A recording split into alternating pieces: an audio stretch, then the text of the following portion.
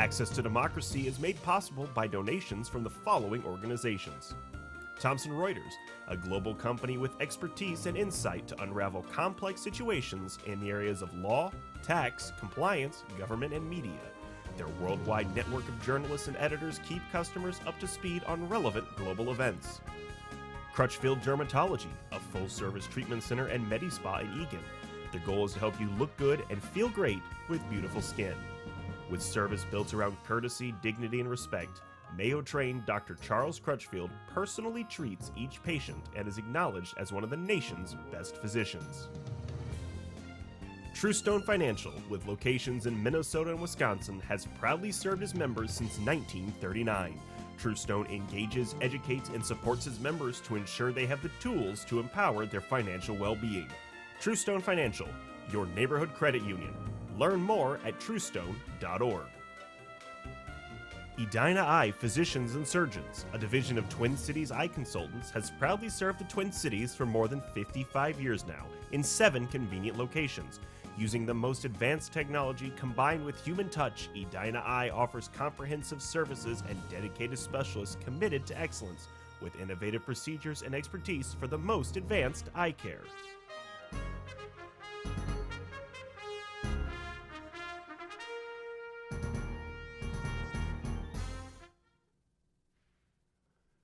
Welcome to Access to Democracy. I'm Bill Raker, your host for this edition of the program. Today we're excited to welcome as our guest Jay Haapala with AAR Minnesota. Jay is the Associate State Director for Community Engagement. Jay, welcome to Access to Democracy. Yeah, thanks very much, Bill. Good to be here.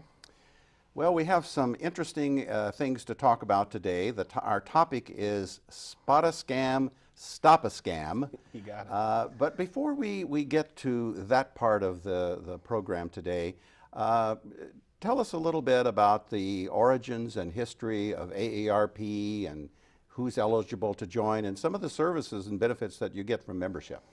Sure thing. Well, AARP, we're the largest nonprofit, nonpartisan organization in the United States that is dedicated to empowering people to choose how they live as they age. And so that is a very broad description of the work that we do. You know, older people in our country have a lot of needs and wants and desires. And from our founding, really, AARP has been focused on independence for older adults. And if you think back 60 plus years ago, people were just starting to live long enough to have what we call today our retirement years. And so there's been a lot of work over those decades to provide some level of independence and support for older Americans. And of course, there's still a lot of work that we have yet to do. So the work that we do in our state office with AARP is a lot about listening to our members, first of all, to understand what are the nuances and the issues that people are facing today. And then to provide educational programs like what we're here to discuss with our Fraud Watch network. And we also do legislative advocacy work. So from Washington, D.C. to the state capitol here in Minnesota, and even increasingly in city halls and with county boards across the state, we're representing older Minnesotans and older Americans and making sure that lawmakers and decision makers are keeping in mind that we have very much a growing demographic of older people who are living longer and doing more with their years. Well, it sounds like AARP has a very extensive and robust mission and Right. list of objectives. Yeah. And being, as you mentioned, the largest nonprofit organization, what's the membership nationally and the membership here in Minnesota? Yeah, across the country, there's about 38 million members, so that's a lot of people and a lot of folks that we can get feedback from and listen to and hear what's important. Here in Minnesota, it's about 630,000 members, and if you look at our population, it's about a third of people over the age of 50 here in the state. And that's a growing demographic too, I think, in the state as well as nationally, isn't Right. it? Yeah. People are living longer than ever before, so you know, more and more people. I guess traditionally people think of AARP as being an organization for retired people. Mm-hmm. But that's not necessarily true, is it? No, it's not. I mean, certainly it's in our interest to have a big tent and invite people to engage with us and benefit from the work that we're doing collectively. We give a voice to older people. Membership starts at age 50, so plenty of people are still working at age 50, and of course people are working into their 70s, 80s, and beyond today. So we do have some programs and advocacy that are focused on people who are still working, that's for sure. Well, that's important to understand, is that the policies and things that AARP advocates for is the people that can benefit and that do benefit from them are not just people who are retired. Absolutely. I always say that if I do a good job with AARP, then I'll have a more secure retirement someday when it's my turn. Why is AARP interested or focusing some of its initiatives and resources on fraud prevention? Well, it goes back to what I said about asking our members and learning from our members. So when we survey folks, they say that among their top concerns are staying safe from fraud and from identity theft and other financial crime. You know, older Americans have a lot of wealth. Not everyone who's older is wealthy, that's for sure. And whoever thinks it's cheap to get older has a different thing coming. But if you just sort of, talk with folks, you hear that people are being victimized, they're losing a lot of money, and, your phone rings off the hook probably all day long, and my phone rings, and we just are having, as a country, and we're just having a really hard time getting a handle on all of these scams and financial crime. So at AARP, what we do is educate folks so that they can understand the latest scams and stay a step ahead of the con artists. So when that phone rings or that email shows up, they already know it's a scam and they're not going to get mixed up in it. So we're talking today about spot a scam, stop a scam. And one of the resources that AARP uses in this initiative is a volunteer part of the organization called the Fraud Watch Network. Tell us a little bit about that, Jay. Yes, we definitely have a group of fraud fighter volunteers here in Minnesota who learn and get information about the latest scams, and then they share that information with the public in just about every way that we can, whether it's coming on your television program or doing presentations at community centers. However, it really starts with our nationwide call center. So our Fraud Watch Network Helpline takes hundreds of reports about fraud and scams every week, and they're there to help folks that need assistance with navigating an email or a website or even some phone calls to figure out whether they're a scam or whether they are legitimate. And then once people have been victimized and lost money, our call center is there to help them figure out how to potentially do some investigation and report it with law enforcement. But the sort of the side effect of taking all of those reports about scams is we get mountains of data about the latest trends with fraud and identity theft, and then our volunteers and I here in Minnesota, we share that information everywhere that we can so that the rest of the public can be educated and stay out of the way of these scams. So volunteers are really important to that part of AARP's mission. And so we'll put a plug in here.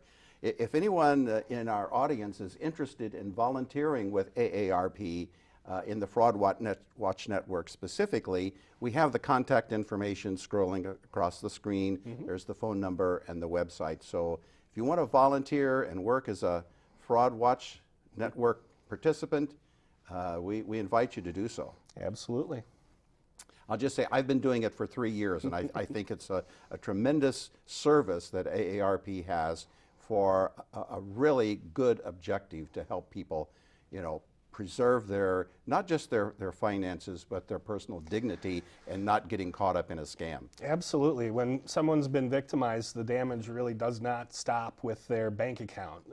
We see a lot of instances of other types of harm that people face, from their dignity to even losing trust in the world, and problems with their relationships, because when, say, someone's mother or father is victimized in a scam, that can really lead to a loss of independence for that person as well, when the family starts to worry about their capacity to handle their finances.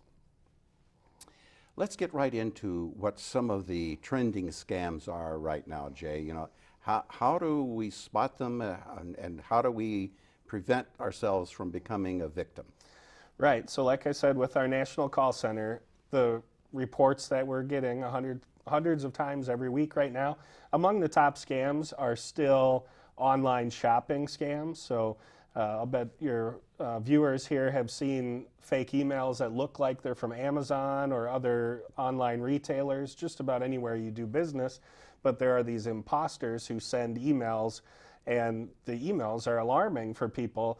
It says your Amazon account or another retail account has been charged $400, $900, or $1,200, and in fact they're shipping something that the target of the scam didn't intend to purchase to some other state and some other address. And in that email, it would have a very helpful phone number that one can call in order to resolve the issue with their account. Of course, that phone number leads to a scammer who is going to lead the victim down some path of sending in money. And it's all just an imposter type scam.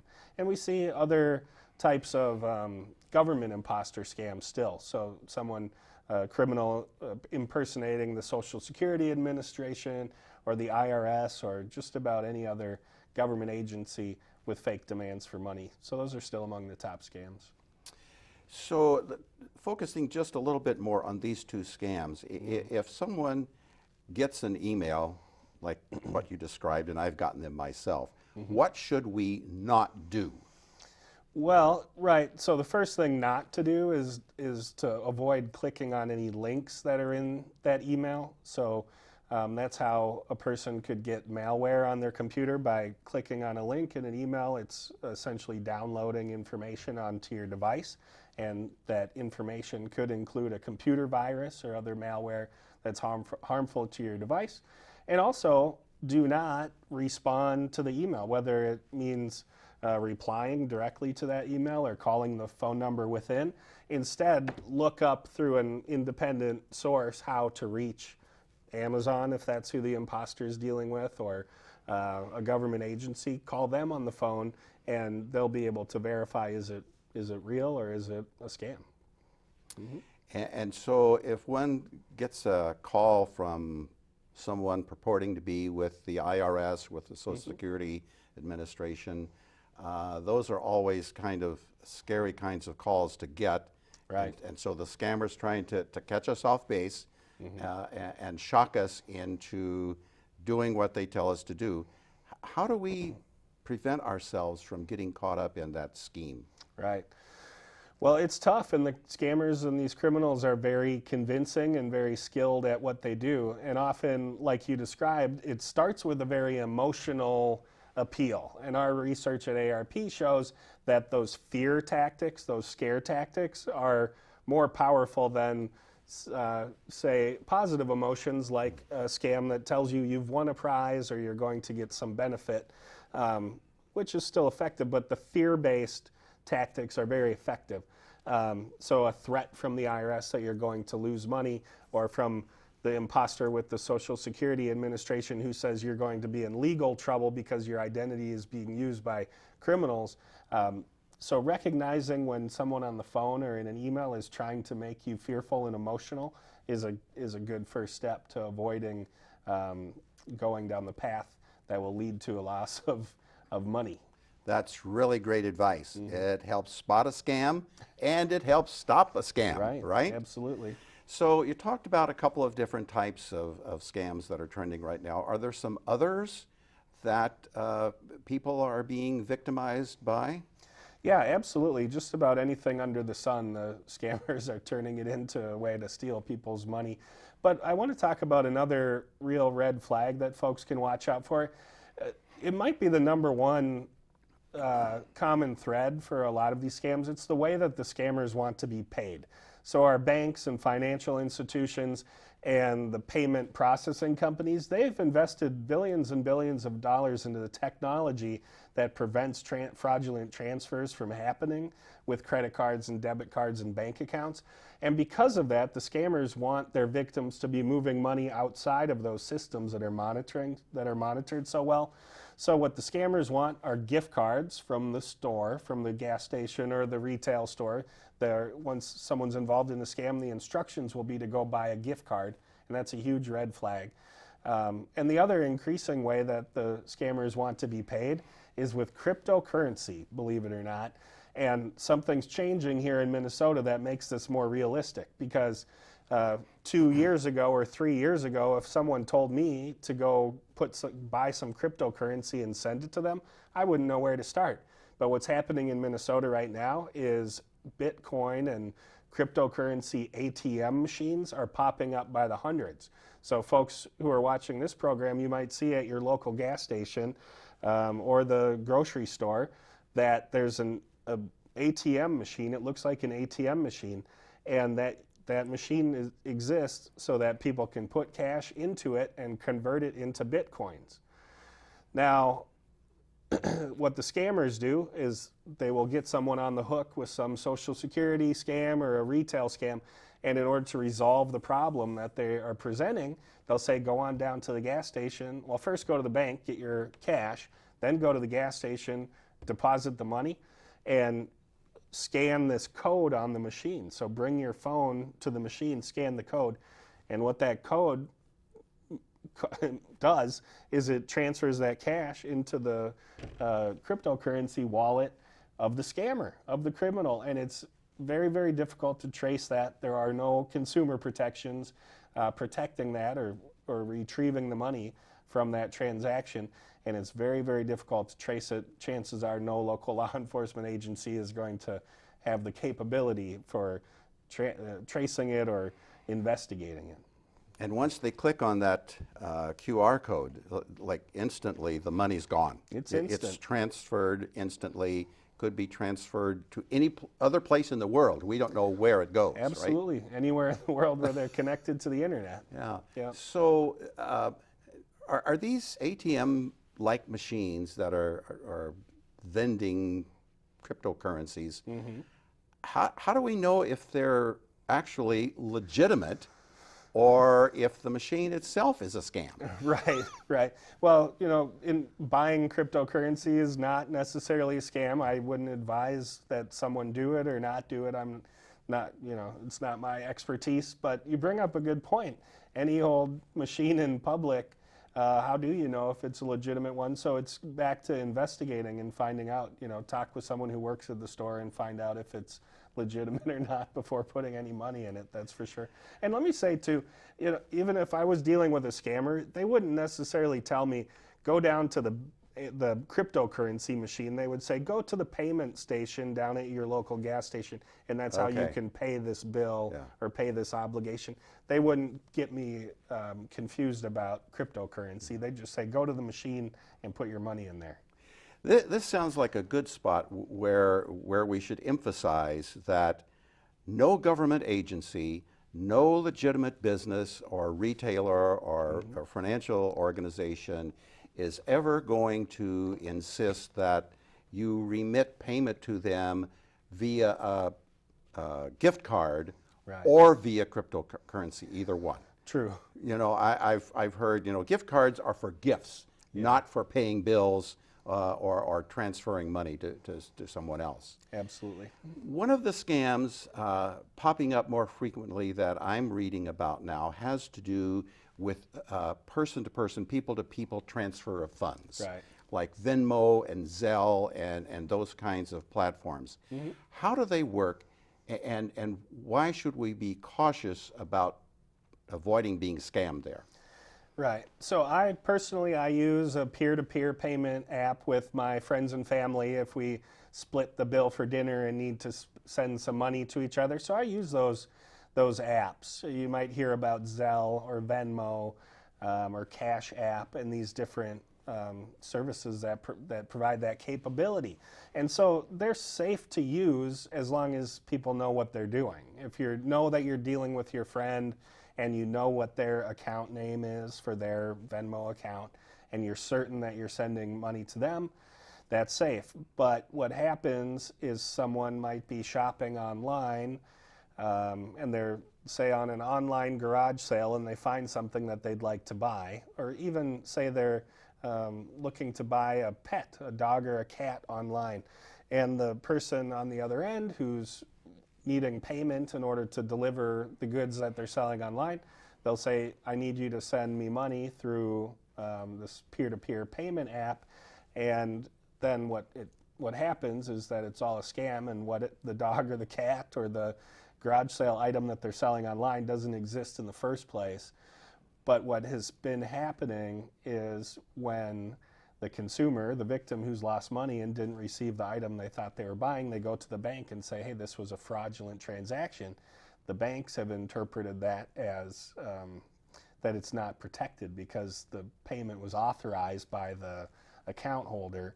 And so actually right now, Congress has issued a request to the banking industry to report back to Congress on the amount of fraudulent reports of these type of peer-to-peer payments, how many people have been victimized, how many have been refunded based on the consumer protection laws, and they're looking into whether those peer-to-peer payment apps should be regulated in similar to how card transactions, your debit cards, your credit cards, your personal checks, and automatic bill pay are regulated. So let's retrace this for just a moment. You know, we very frequently talk about staying within the traditional banking system. Mm-hmm. So what is the traditional banking system, and why is it important for us to keep our financial transactions in that realm or under that platform? Yes, so in our country we have really good consumer protections. It's important to our economy, it's important to individuals who want to live their lives and make their payments and be protected from fraud.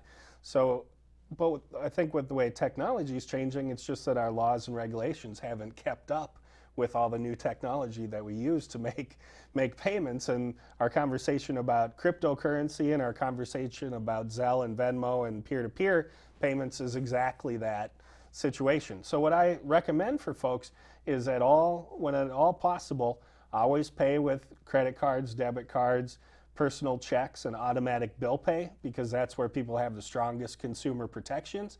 And if anyone is ever asking them to pay with a gift card, we know that's fraud. If they're asking to be paid in cryptocurrency, it's time to be very, very cautious about that transaction. If they want to be paid in cash, be cautious about that transaction.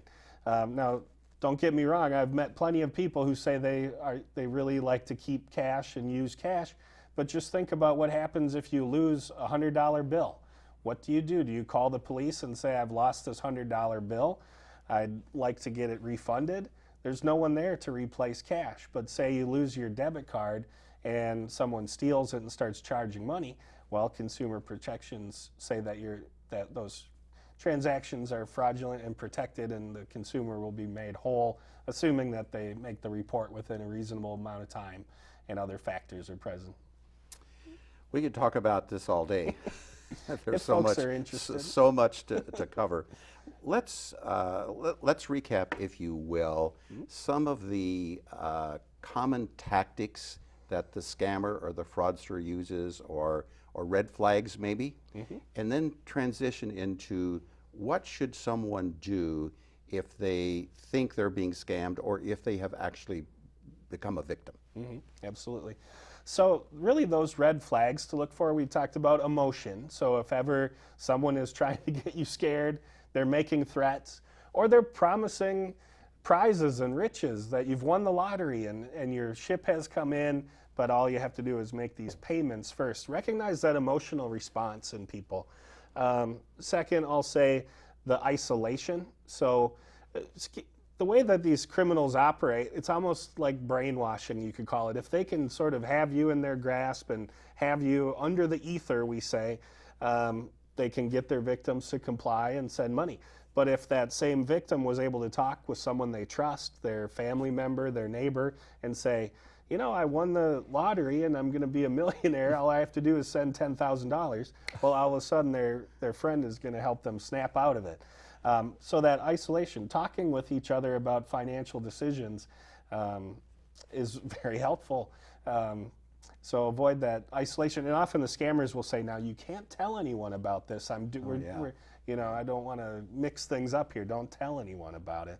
So those are real two major red flags, along with the payment method. If they're demanding to be paid with gift cards and cryptocurrency, those are some big red flags for people.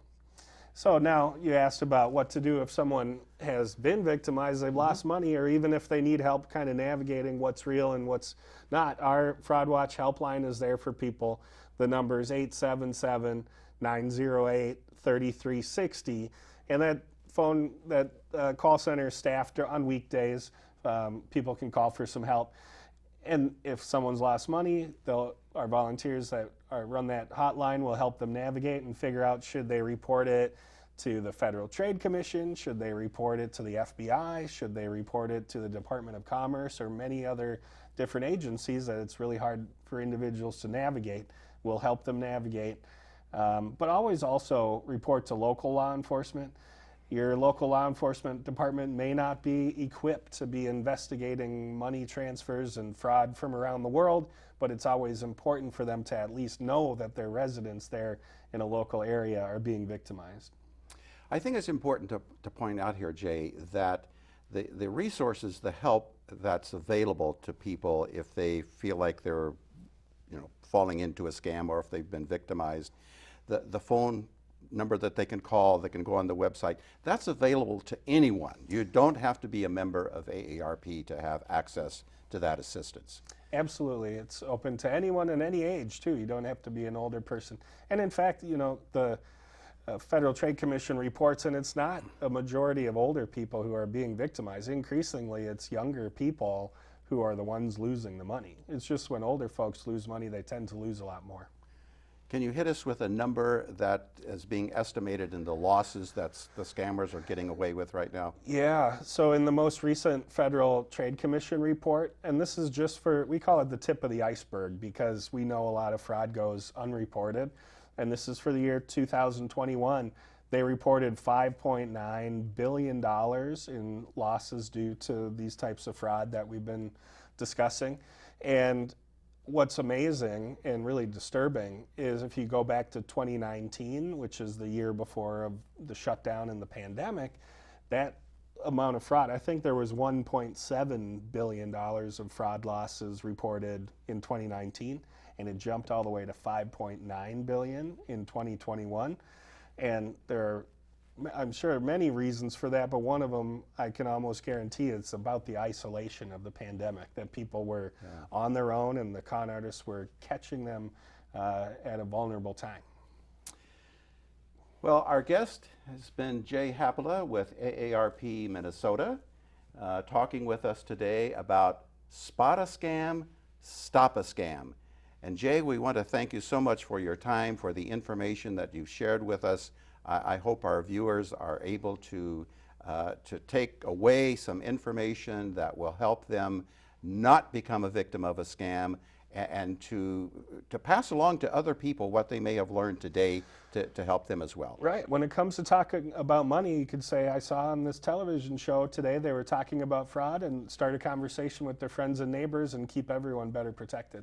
That's a great message for us to leave on. Thank you again, Jay. Appreciate your time so much. Absolutely. Thank you. Are we done, Mary? Music.